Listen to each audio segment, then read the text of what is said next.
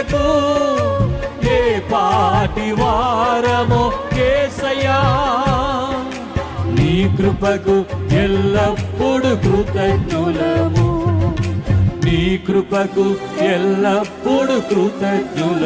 అందరం కృపయే, స్వరమెత్తి గట్టిగా చెప్పండి. ఆయన కృప లేకపోతే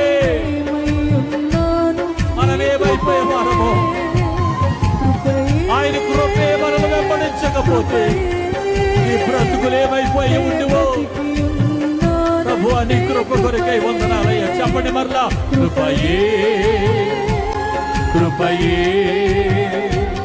నేనేమై ఉన్నానో నీ కృపయే.